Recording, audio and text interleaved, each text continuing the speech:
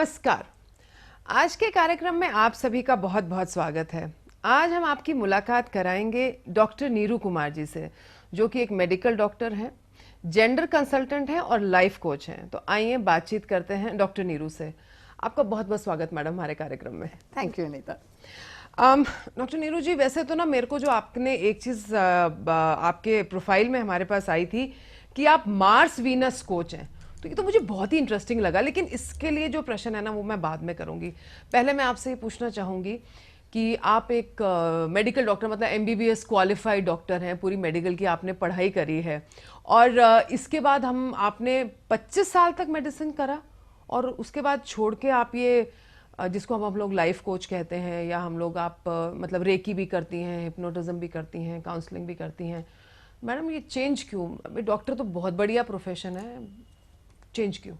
Okay, सो बहुत से साल जब मैं मेडिसिन प्रैक्टिस कर रही थी, आई थिंक कुछ ना कुछ तो मुझे शुरू से ही पता था कि दिस इज नॉट कंप्लीट। एक हीलिंग की लिमिटेशन आ जाती है, एलोपैथिक मेडिसिन की एक लिमिटेशन आ जाती है। हम सब जानते हैं जब हमें बोला जाता है दवाई लेने को तो हम घबराते हैं दवाइयाँ लेने से। We are not so confident कि आज दवाई की डॉक्टर ने प्रिस्क्राइब कर ली, खुशी से हमने वो दवाई खा ली। ऐसा नहीं होता है।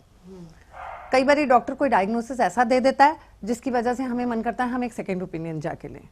आजकल तो जी मेरे ख्याल से सेकंड ओपिनियन सभी लेते हैं। बिल्कुल सही कह रहे हैं आप। उसके बाद हम क्या एक गलती करते हैं, हम गूगल खोल के उसके सारे साइड इफेक्ट्स पढ़ते हैं, उस डिजीज के बारे में पढ़ते हैं और सिचुएशन इतनी खराब हो जाती है कि ट्रीटमेंट ज़्यादा खराब है कि बीमारी ज़्यादा खराब है, ये समझ में नहीं आता है। सो ये सारी चीज़ें, इसका एहसास आई थिंक मेरे को बहुत पहले से था कि एलोपैथिक मेडिसिन की लिमिटेशन है। वो लिमिटेशन ये है कि जब कोई पेशेंट आपके पास आता है, खासकर इंडिया में, तो आपके पास इतना वक्त नहीं होता कि उस पर्सन को पूरी तरह से आप जाने या समझें। हम सिर्फ उस बीमारी को देखते हैं या उस जगह को देते हैं जहाँ बीमारी है।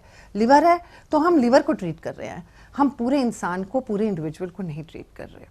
सो एक माइंड बॉडी का जो कनेक्शन है, एक इमोशंस का जो कनेक्शन है बॉडी के ऊपर, उसकी एक थर्स्ट, एक प्यास मुझे बहुत शुरू से थी। सो उससे I went in first to reiki, energy healings. लोग अक्सर ये समझते हैं कि जिसको मेडिसिन नहीं मिली वो चला जाता है होलिस्टिक हेल्थ या कॉम्प्लीमेंट्री। तो चलिए आप उस चीज को तो डिस्प्रूव कर ही रही हैं कि ऐसी बात नहीं है। ऐसी बात नहीं है। So I wanted a larger picture, एक और बड़ा एहसास कि हीलिंग क्या है, कहाँ से शुरू होती है, बीमारी कहाँ से शुरू होती है। इमोशंस प्ले अ पार्ट, हमारी बॉडी के एक एक सेल पे उसका जो असर होता है। हम कई बार सोचते हैं आज मूड खराब है, कल ठीक हो जाएगा, कोई नहीं, पर उसके असर जो रह गया बॉडी के ऊपर वो शायद हम नहीं जान पाते हैं। सो ये सारी चीज़ें हैं जिससे मैंने शुरू किया एनर्जी हीलिंग्स की, रेकी पढ़ाना शुरू किया। रेकी क्लास के बाद लोग मुझसे अपनी प्रॉब्लम्स लेके आते थे, मैम ये प्रॉब्लम है। तब तक मेरे पास कोई साइकोलॉजी डिग्रीज नहीं थी। उसके बाद मैंने कुछ साइकोलॉजी डिग्रीज ली, कुछ लाइफ कोच डिग्रीज ली एंड फिर काउंसलिंग सेशन शुरू किए। काउंसलिंग सेशन शुरू करने के बाद एक इंटरेस्टिंग चीज़ निकली कि रोटी कपड़ा और मकान के मुद्दों के बाद मेन इश्यूज आर रिलेशनशिप्स। सही बात है। लोगों को जो डिस्ट्रेस होता है वो रिलेशनशिप्स के ऊपर होता है। आई एम नॉट सेइंग सिर्फ कपल रिलेशनशिप्स, पेरेंट्स के साथ, सिबलिंग्स के साथ, कुलीग्स के साथ, बॉसेस के साथ, वही चीज़ है जो सबसे ज़्यादा दुख दर्द देती है और उसकी वजह से शायद बीमारियां होती हैं। उसकी वजह से ब्लड प्रेशर तो होती है जी, ये तो एक सबसे बड़ी बीमारी है जिसका हम लोग हाँ, डायरेक्टली कहीं ना कहीं स्ट्रेस रिलेटेड कह सकते हैं। एब्सोल्युटली। और उसी दौरान ये पता चला कि अनकॉन्शियस माइंड तो बहुत बड़ा है, 88% है, सिर्फ 12% कॉन्शियस माइंड है। और हमारे सारे reactions, feelings, behaviours unconscious mind से आ रहा है। हमारे पास आज तक कोई टूल्स ही नहीं है कि हम अनकॉन्शियस माइंड के अंदर गहराई में जाके उसको चेंज कर सकें। सो बहुत से रिएक्शंस ऐसे हैं जो हमारे बस में नहीं है। हम चाहते हैं उनको कंट्रोल करें, गुस्से को कंट्रोल करना चाहते हैं, एंग्जाइटी को कंट्रोल करना चाहते हैं, पर हमारे बस में नहीं आता। लोग कह रहे थे जी मुझे तो होता है, it's not in my control. यहाँ से मैं गई हिप्नोथेरेपी के अंदर to understand the unconscious mind, which is fascinating. वो जर्नी तो मेरे ख्याल कभी खत्म नहीं हो सकती। So if there is an alignment, unconscious mind, conscious mind और अल्टीमेटली यूनिवर्सल कनेक्शन, ये जर्नी है जिसमें मैं आज तक हूँ and I want to continue it. क्योंकि एक थीम मेरी लाइफ का ये है, गो on learning and go on teaching. और मेरे ख्याल से इसमें मैं जोड़ना चाहूंगी जी go on healing. Doctor Neeru, एक सवाल मैं आपसे पूछूंगी। मुझे एक बात बताइए, एक पेशेंट को कैंसर डायग्नोज होता है, मैं माफ़ी चाहूँगी लेकिन भाई उसको तो मेडिसिन्स, कीमोथेरेपी, रेडियोथेरेपी इसी की ज़रूरत है। उसमें ये तो है नहीं कि जी मेरे को कैंसर है, मैं तो अभी रेकी से ठीक होऊंगा और वो हो जाएगा, ऐसा तो नहीं होता। मैंने कैंसर का नाम इसलिए लिया क्योंकि आज ये बीमारी बहुत जल्दी जल्दी फैल भी रही है। और एक जैसे ब्लड प्रेशर, डायबिटीज तो हम सबको बता देते हैं जी मेरे को बीपी है, मेरे को डायबिटीज है, मैं ये नहीं मीठा नहीं खाऊंगा।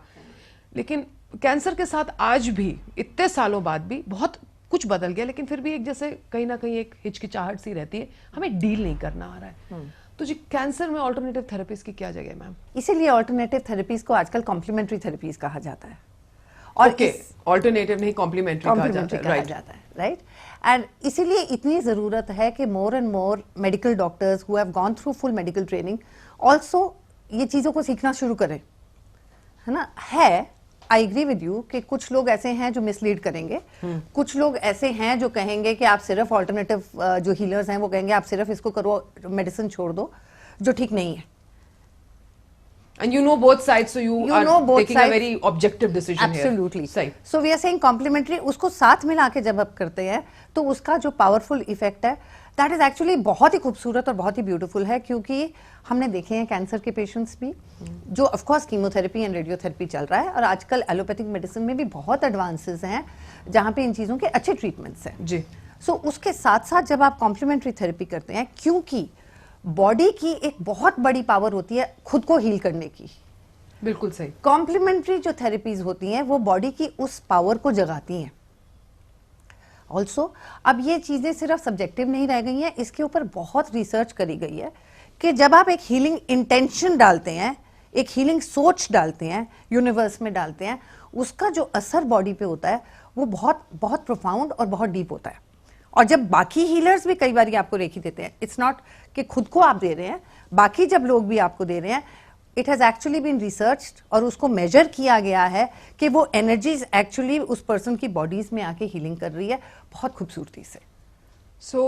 मतलब हम ये कहें कि भाई और यही चीज, मतलब चलिए मैंने अभी तो कैंसर की बात करी थी, अब यही चीज बाकियों पे भी लागू होती है, blood pressure, diabetes. Blood pressure और डायबिटीज में तो और ज्यादा, क्योंकि ब्लड प्रेशर और diabetes are stress related diseases, है ना। जो पहले हम सोचते थे कि 50 प्लस एज पे होती है, आजकल 30 प्लस एज पे होती है, और इवन लेस अनफॉर्चुनेटली, और even less. And there are hormones, stress hormones है। मैं जेंडर के ऊपर बहुत काम करती हूँ। मेल के डिफरेंट स्ट्रेस हार्मोन्स है और फीमेल के डिफरेंट स्ट्रेस हार्मोन्स है। पर जब वो कई बार जेंडर चेंज हो जाते हैं और women start becoming more like main, आदमियों की तरह बिहेव करना पड़ता है या सिचुएशंस को हैंडल करना पड़ता है, तो स्ट्रेस हार्मोन्स और गड़बड़ हो जाते हैं। So this is more stress related. और अगर उसकी awareness, practices, meditation, hypnotherapy, complementary healings like reiki, बहुत ज्यादा फर्क पड़ता है। मैं 20 साल से रेखी प्रैक्टिस कर रही हूँ और पढ़ा रही हूँ, और ब्यूटिफुली वी हैव सीन कि कैसे हीलिंग्स होती है इसमें। That's really good to know. Yes. अब मैं मेरे मार्स वीनस वाले सवाल पर आती हूँ। तो मैम ये आई थिंक ये men are from Mars and women are from Venus वाले कोच हैं आपकी जी।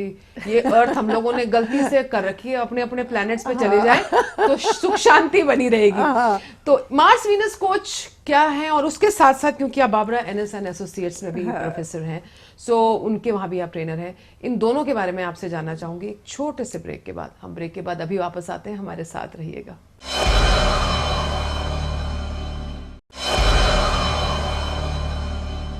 ब्रेक के बाद आप सभी का स्वागत है। आइए जानते हैं डॉक्टर नीरू कुमार से कि ये मार्स वीनस कोच, तो मैम अपने अपने प्लेनेट पर चले जाएं या ये धरती पे साथ रह सकेंगे सुख शांति से? मैं अक्सर ये कहती हूँ, men are from Mars, women are from Venus, और सारी प्रॉब्लम्स होती हैं यहाँ धरती पे। बिल्कुल सही। पर अब वो अवॉइड नहीं किया जा सकता क्योंकि अब हम आ गए हैं यहाँ पे। सो जॉन ग्रे का बड़ा मजेदार एक मेटाफर है इसके ऊपर। ही सेज एक टाइम था कि सब मार्स पे थे आदमी और सारी फीमेल्स वीनस पे थी। मार्स में आप देखते हैं वही typical blue shirts, main going, एक हाई फाइव किया और अपनी गाड़ियों और गैजेट्स के पास जाके उसको एडमायर कर रहे हैं। वीनस में आप क्या देखते हैं कि सारी females colourfully, like us here, very colourfully, they are huddled together, एक बोल रही है बाकी सब सुन रही हैं, क्योंकि सारी विमेन साइकोलॉजिस्ट तो होती हैं by birth. So they are listening and everybody is very happy. फिर एक रेस्टलेसनेस आने लग जाती है और मार्शियंस ने एक टेलीस्कोप बनाया और वो लवली फीमेल्स दिखी। फिर उन्होंने एक स्पेसशिप बनाई और वो स्पेसशिप लेके वीनस पे पहुंच गए। विनिशियंस के पास गैजेट्स तो नहीं थे मगर इंट्यूशन थी। सो उनको लग रहा था कुछ होने वाला है। और जब ये स्पेसशिप लैंड करती है बहुत एक्साइटमेंट है। अच्छा आप मार्स में क्या करते हैं, अच्छा वीनस में क्या करते हैं, अच्छा मार्स पे बर्थडेज और एनिवर्सरीज नहीं सेलिब्रेट करते, how interesting. Till then it was interesting. Now it's a battleground. Yeah, so then what happened is one night, एक रात वो सोते हैं और सुबह जब उठते हैं तो एक मेमोरी लॉस हो जाता है। मेमोरी लॉस ये था कि हम अलग अलग हैं, वी आर डिफरेंट, और जैसे ही हम ये भूले तभी वॉर शुरू हो गया, क्योंकि ईच जेंडर ये सोचता है कि ये मेरे जैसी क्यों नहीं है या मेरे जैसा क्यों नहीं है, Rather than respecting our differences. rather than respecting our differences. Very true. So what do you do as a Mars Venus coach, ma'am? So I do work both on the personal and professional front. Personally, मैं couples को counsel करती हूँ. Basically, I educate people on differences. So medical doctor होने के नाते जो brain differences हैं men और women में, बहुत लोग ये नहीं जानते कि brain wiring ही अलग है आदमी और औरतों में. खैर ये बात डिस्कवर भी कुछ 10 साल पहले ही हुई है, इससे पहले तो पता ही नहीं था, साइंस को भी नहीं पता था, पर अब ये जो डिफरेंसेस सामने आ गए हैं, ये एक बहुत बेसिक एजुकेशन बन गई है.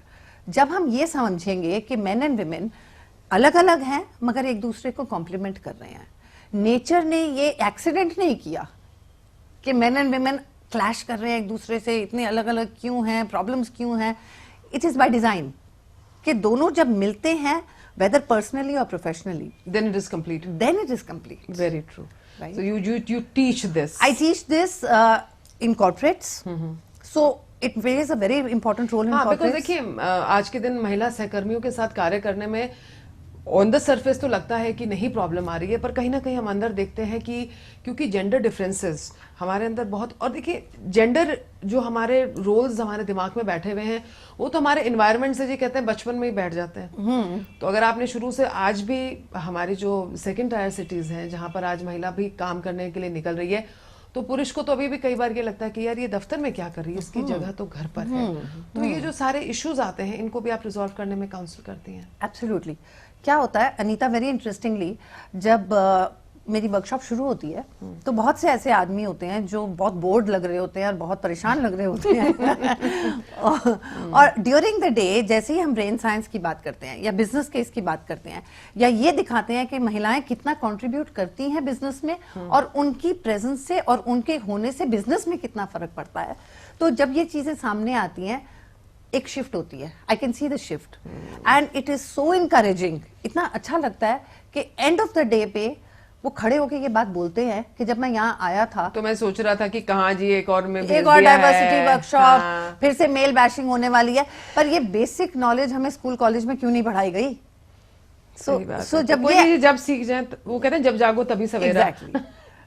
आप बाबरा एंडरसन एसोसिएट्स में भी सीनियर एसोसिएट है madam. Correct. So they work on gender intelligence. देखिए आज के दिन जेंडर हम मानते हैं कि बहुत बड़ा इशू है, डेफिनेटली. चर्चा बहुत हो रही है जी, ठीक है, जगह जगह बात हो रही है, जेंडर इंटेलिजेंस जैसे है, जेंडर इश्यूज हैं, जेंडर सेंसिटिविटी है, और कहीं ना कहीं जो भी आपने एक शब्द कहा था कि जो पुरुष है वो ये कह रहा है कि भाई अब तो सब कुछ महिलाओं की तरफ हो गया, और लेकिन उतनी ही जी प्रताड़ित महिलाएं भी हैं. Have we lost the track already? क्या मानती हैं आप? So, coming to the point of Barbara Annis, and it brings us back to what you were asking me about Reiki and the law of attraction. मैंने काम doctor John Gray के work से शुरू किया था, because men are from Mars, women are from Venus. ये बहुत एक फेमस बेस्ट सेलर है, written by doctor John Gray. I was personally trained by Dr. John Gray. Oh, how nice. Yeah, and I have been I'm one of the senior most trainers in their international team. मगर John का जो काम है ना, it's brilliant in the behavioral science. The business case was not there. तो जब मैंने John के वर्क के बेसिस पे when I started doing the workshops, मेरे को एक हंगर थी, एक थर्स्ट थी कि बिजनेस केस क्या है, महिलाओं के होने से क्या फर्क पड़ता है, क्या हम एक सोशल रिस्पॉन्सिबिलिटी पूरी कर रहे हैं, is that only a good moral thing to do, या कि एक्चुअली असर हो रहा है जब विमेन गवर्नमेंट में है, सीनियर पोजीशंस में है, पार्लियामेंट में है, बोर्ड्स में है, इससे वाकई में कोई फर्क पड़ रहा है क्या? And then I was hungry for that, and then Barbara Annis came along. And then the gender intelligence, what they bring to the sector comes So Barbara asked me to do a workshop for her at SAP Bangalore, and based on that workshop, she took me on her team. So अब जो है मेरे पास वो एक बहुत rich blend है, John के काम का बिहेवियर साइंस, बाबरा के काम का जो बिजनेस केस है, और मेरा अपना जो एक्सपीरियंस है in the field for 10 years. Naturally. और जैसे भी आपने कहा कि आप तो जेंडर और इसके साथ तब जुड़ी थी जब ये आज की तरह कीवर्ड्स नहीं थे, फैशनेबल नहीं थे, बिल्कुल भी नहीं. तो मैम आप तब में और आज में देखती हैं, तो मैं अपना वही प्रश्न दोहराती हूँ, क्या हम लोग कहीं राह भटक तो नहीं गए?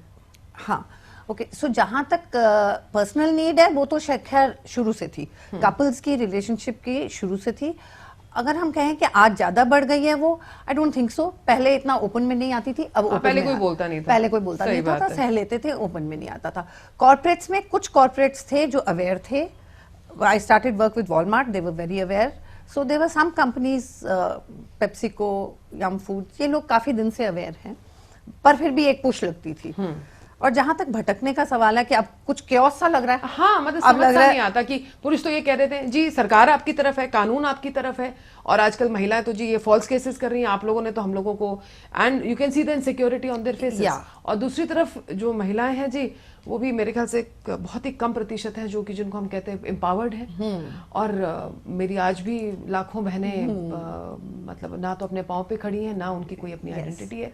तो क्या ये सही तरीका है जो आज हम कर रहे हैं? ओके क्योंकि अभी तक हम जेंडर इक्वालिटी पे एम्फोसिस दे रहे हैं, और gender equality is not enough.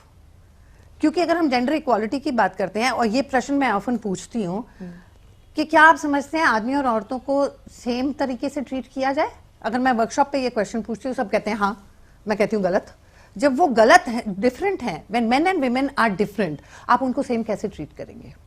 अगर आप किसी और नेशनैलिटी के पर्सन से बात करते हैं जिसको आपकी भाषा नहीं समझ आती, तो आप कुछ एक्शंस करते हैं कि उसको समझ आए, right? Similarly men and women are different and have to be treated differently. पर अभी तक world over, not only in India, world over हम सिर्फ जेंडर इक्वालिटी की बात कर रहे हैं। हम जेंडर इंटेलिजेंस की बात तो करनी हमने अब शुरू की है, और वो भी बहुत बहुत कम। जब हम ये बात करते हैं इक्वल बट डिफरेंट, कि men and women are equal, but उनमें फर्क है, जब तक हम उस फर्क को नहीं देखेंगे तब तक हम क्योस में रहेंगे। That is the chaos you are talking about, कि अभी तो फिर भी रिजेंटमेंट है। अच्छा ठीक है, सीट्स आ गई, रिजर्वेशंस आ गई, all those have come, maternity benefits, policies बहुत चेंज हो गई, but policies are not alone, are not making the difference. Ma'am हमारा ब्रेक का समय हो चला है, लेकिन ब्रेक के बाद मैं यही पूछना चाहूंगी कि जब हम लोग महिला सशक्तिकरण, विमेन एम्पावरमेंट की बात करते हैं, तो उसके अंदर कई फैक्टर्स आते हैं। सरकारी पॉलिसीज आती हैं, पब्लिक लाइफ आती है, फैमिली यूनिट आती है, और हम महिला खुद आती हैं। तो सशक्तिकरण के इन अलग अलग पहलुओं पे आपसे चर्चा हम लोग करेंगे एक छोटे से ब्रेक के बाद। हम अभी वापस आ रहे हैं, जी हाँ, हमारे साथ रहिएगा।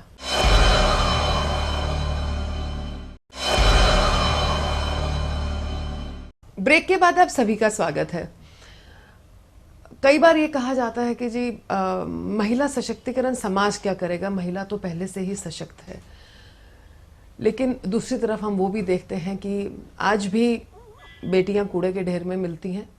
आज भी जहां पर टीकाकरण मुफ्त कर रखा है सरकार में, तो भी माँ बाप बेटे का तो टीकाकरण पूरा करा देते हैं और बेटियों का फिर भी नहीं होता है।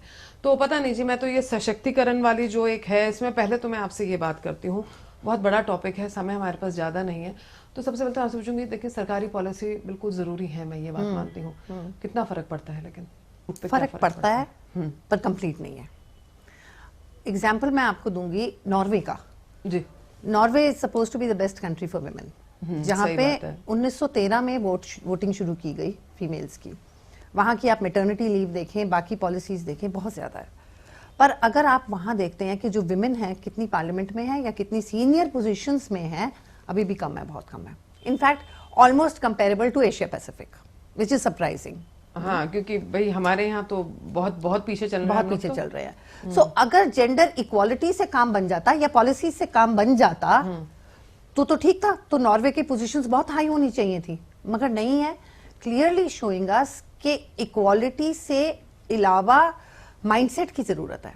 एक रिस्पेक्टफुल माइंडसेट सबसे ज्यादा जरूरी है। मैं एक बात कहूँ डॉक्टर नीरू, हाँ जी, मैं ये अक्सर सुनती हूँ, जब बलात्कार का इशू आता है, जब डॉरी का इशू आता है, जब फीमेल फिटिसाइड का इशू आता है, तो अक्सर ये कहा जाता है जी देखिए कानून तो बन चुके हैं, अब तो मानसिकता है, माइंडसेट हम लोगों को बदलना पड़ेगा। मैम ये माइंडसेट बदलते बदलते तो पता नहीं कहाँ पहुंचेंगे। ये माइंडसेट बदलना तो देखिए जनरेशंस लग जाती हैं, फिर भी नहीं बदलता। तो महिला को पब्लिक लाइफ और फैमिली यूनिट में हम लोग एम्पावर कैसे करें? टाइम तो लगेगा। टाइम तो लगेगा, पर कहीं तो शुरू करें। बिल्कुल सही है ना। और एजुकेशन से बड़ी बात कोई नहीं है। शिक्षा सबसे बड़ा तरीका है, सही, correct. And education I don't mean only school education, I mean education on this topic. जब तक हम इस चीज पे चर्चा नहीं करेंगे, बात नहीं करेंगे, और कई बार ये कहा जाता है कि अगर आप मेल फीमेल डिफरेंसेस को हाईलाइट करते हो तो क्या आप फर्दर स्टीरियोटाइप कर रहे हो? I don't think so. जो एक बेसिक साइंस है, एक नॉलेज है कि मेन एंड वुमेन कैसे डिफरेंट है, उनके हार्मोन्स कैसे डिफरेंट है, वो कैसे बिहेव डिफरेंट करती हैं, उनके नीड्स क्या डिफरेंट है। फॉर एग्जाम्पल, अक्सर मैं वर्कशॉप्स में कहती हूँ, कपल्स को कहती हूँ कि फीमेल्स को वैलिडेशन की बहुत ज़रूरत है, विच मीन्स कि मैं जो सोच रही हूँ वो ठीक है, मैं जो महसूस कर रही हूँ वो ठीक है, मैं जिस डायरेक्शन में जा रही हूँ वो ठीक है, कोई ना कोई उनको चाहिए उस चीज़ को वैलिडेट करने के लिए। सो उसमें एक एंग्री रिस्पॉन्स आता है मेल्स से कि इतनी मेहनत हम क्यों करें कि फीमेल्स को वैलिडेट करते रहे। हियर यहाँ पे हमें पीछे जाना पड़ेगा, आर्किटाइप्स में जाना पड़ेगा, सेंचुरीज पीछे जाना पड़ेगा, जहाँ डिस्क्रिमिनेशन रही है, डोमिनेशन रही है, और उस 100 साल, 2 साल, 500 साल को हम इग्नोर नहीं कर सकते। नहीं कर सकते, नहीं कर सकते, क्योंकि कहीं ना कहीं वो हमारी जीन्स में आज भी, बिटवीन हम दोनों की जीन्स में भी वो है बिल्कुल राइट है। और आप और मैं भी वो वैलिडेशन चाहते हैं, बिल्कुल चाहते हैं। सो जो डाइवर्स ग्रुप है, जिसकी एक बैकग्राउंड है, जिसकी एक हिस्ट्री है, जब तक हम उसकी साइकोलॉजिकल नीड्स गहराई से नहीं समझेंगे तब तक चेंज नहीं आएगा। और वो डाइवर्स ग्रुप कुछ भी हो सकता है, it could be disability, it could be any minority, any religious, anything, any minority. जब तक हम उसका बैकग्राउंड और उसकी अब की जो साइकोलॉजिकल नीड्स है उस पर नहीं फोकस करेंगे, and we need a lot of professionals to do that, तब तक वो चेंज नहीं आएगा। मैम, ये जो चेंज की हम लोग बात करते हैं, कई बार ये कहा जाता है कि जी अब तो आप लोगों के सब कुछ आप लोगों के साथ है, तो महिला को सशक्त करें। हमारा काम हो गया। नहीं, वी नीड मेल स्पॉन्सर्स। और मैं हमेशा ये कहती हूँ कि जो खुद ही सशक्त नहीं है वो दूसरों को क्या सशक्त करेगी? क्या सही है ये सोच? क्या मतलब कहाँ से लाएं वो मानसिकता महिलाएं जब बात होती है? और मैं आपसे बड़ी बेसिक बात करूँगी। हाँ। जब हम लोग बात करते हैं तो पुरुष बहुत फटाफट ये बात कह देते हैं कि बहू को घर से निकलने में या सर पे पल्ला रखने के लिए सास कहती है, ससुर नहीं कहता है। सास ज्यादा बंदिशें लगाती है। True true. तो और एक जो बात अक्सर आप भी सुनती होंगी कि महिला तो महिला की सबसे बड़ी दुश्मन है। हाँ, तो क्या एक ऐसी महिला दूसरी महिला को सशक्त कर सकेगी? नीरू जी, सो एक्चुअली वहाँ पे भी एक साइकोलॉजिकल रीजन आ गया ना, मतलब हम स्ट्रेट अवे उस सास को कंडेम ना करके सास को भी समझें। एंड अगर हम ये क्रिएट करना चाहते हैं कि सीनियर विमेन, चाहे वो सास है, चाहे वो वर्क स्फीयर में है, अगर सीनियर विमेन ने जूनियर विमेन को कोच करना है, मेंटर करना है, तो हमें सीनियर वुमन की भी साइक को समझना है। शायद वहां पे भी थोड़ी कोचिंग और साइकोलॉजिकल हेल्प चाहिए, क्योंकि लेट्स से सास, हाँ, सास को ये एक एहसास है कि मेरी तो जिंदगी निकल गई। हाँ भैया, मैंने तो पूरी जिंदगी घूंघट में निकाल दी, ये सर पे पल्ला भी ना रखे, नहीं रखे, और मैंने तो इतना सफर किया और मुझे तो किसी ने नहीं समझा। अब इसको सारे बेनिफिट्स क्यों मिल रहे हैं? एक अंदर से रिजेंटमेंट है, चाहे वो अनकॉन्शियस हो, शायद सास को खुद भी नहीं पता, वो एक कल्चर के नाम पे उसको बढ़ाई चली जा रही है, बट डीप डाउन अगर आप देखेंगे तो वो एक रिजेंटमेंट है, मुझे नहीं मिला, इसको क्यों मिल रहा है। बिल्कुल सही, राइट। और सास ऑल्सो फील्स कि मेरा तो टाइम निकल गया, मैं तो ले भी नहीं सकती अब। हाँ, और करूंगी क्या अब क्या करूंगी उसका। सो आई थिंक अगर हम कोचेज बनाना चाहते हैं सीनियर विमेन या मदर इन लॉज को, तो उनको भी बहुत सी काउंसलिंग और कोचिंग दे सकते हैं। Women can counsel and mentor other women, but men can counsel and mentor too. हाँ, मतलब हमें अब हमारे सिस्टरहुड में पुरुषों को भी प्रवेश देना पड़ेगा। यस। आपसे एक प्रश्न पूछना चाहती हूँ। अभी आपने नॉर्वे का एग्जांपल दिया था। डॉक्टर नीरू, अब जब हम लोग बात करते हैं फेमिनिज्म की, तो अगर हम फेमिनिस्ट इश्यूज को या महिला इश्यूज को लेते हैं तो वेस्ट में, और मैं केवल भारत की बात करती हूँ, भारत में आपको कितनी सिमिलैरिटी लगती है जी इश्यूज में, या बिल्कुल अलग अलग है ये परिवेश? नहीं, बिल्कुल अलग नहीं है, बहुत सी सिमिलैरिटीज हैं जी।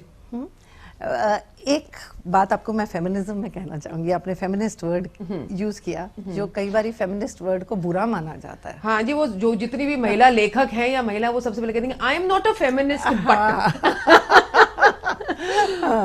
And you will be surprised कि ये इसका सबसे ज्यादा असर मेरे ऊपर है। सो अगर मैं अपने फ्रेंड सर्कल में या फैमिली सर्कल में कभी कोई इशू स्ट्रांगली बोलूं, तो मुझे कहा जाता है कि अब तुम बहुत जेंडर पढ़ाती हो, इसलिए तुम बहुत बड़ी फेमिनिस्ट बन गई हो। हाँ, लेबल करना अच्छा लगता है जी, फिर हम लोगों को स्लॉट कर सकते हैं। एंड देन आई से कि जब ब्राइट बर्निंग बहुत प्रेवलेंट थी, जब वो होती थी, जिसने भी आवाज उठाई उसको भी फेमिनिस्ट कहा गया। अब हम और डीपर इश्यूज पे बोल रहे हैं तो उसको फेमिनिस्ट कहा जा रहा है, और वी आर टोल्ड कि you are making a big deal out of it, right? So feminism, वो यूएन का प्रोग्राम है, ही फॉर शी प्रोग्राम, या हाँ, बहुत अच्छी तरह उसमें बोला गया कि feminist word is not a bad word. पहले तो हमें ये समझना है ना? अच्छा, अब फेमिनिज्म के इश्यूज जो आप मुझसे पूछ रही थी कि अबाउट वर्ल्ड ओवर में क्या फर्क है, मजेदार बात ये है कि most of the issues, I will say 70% issues remain same.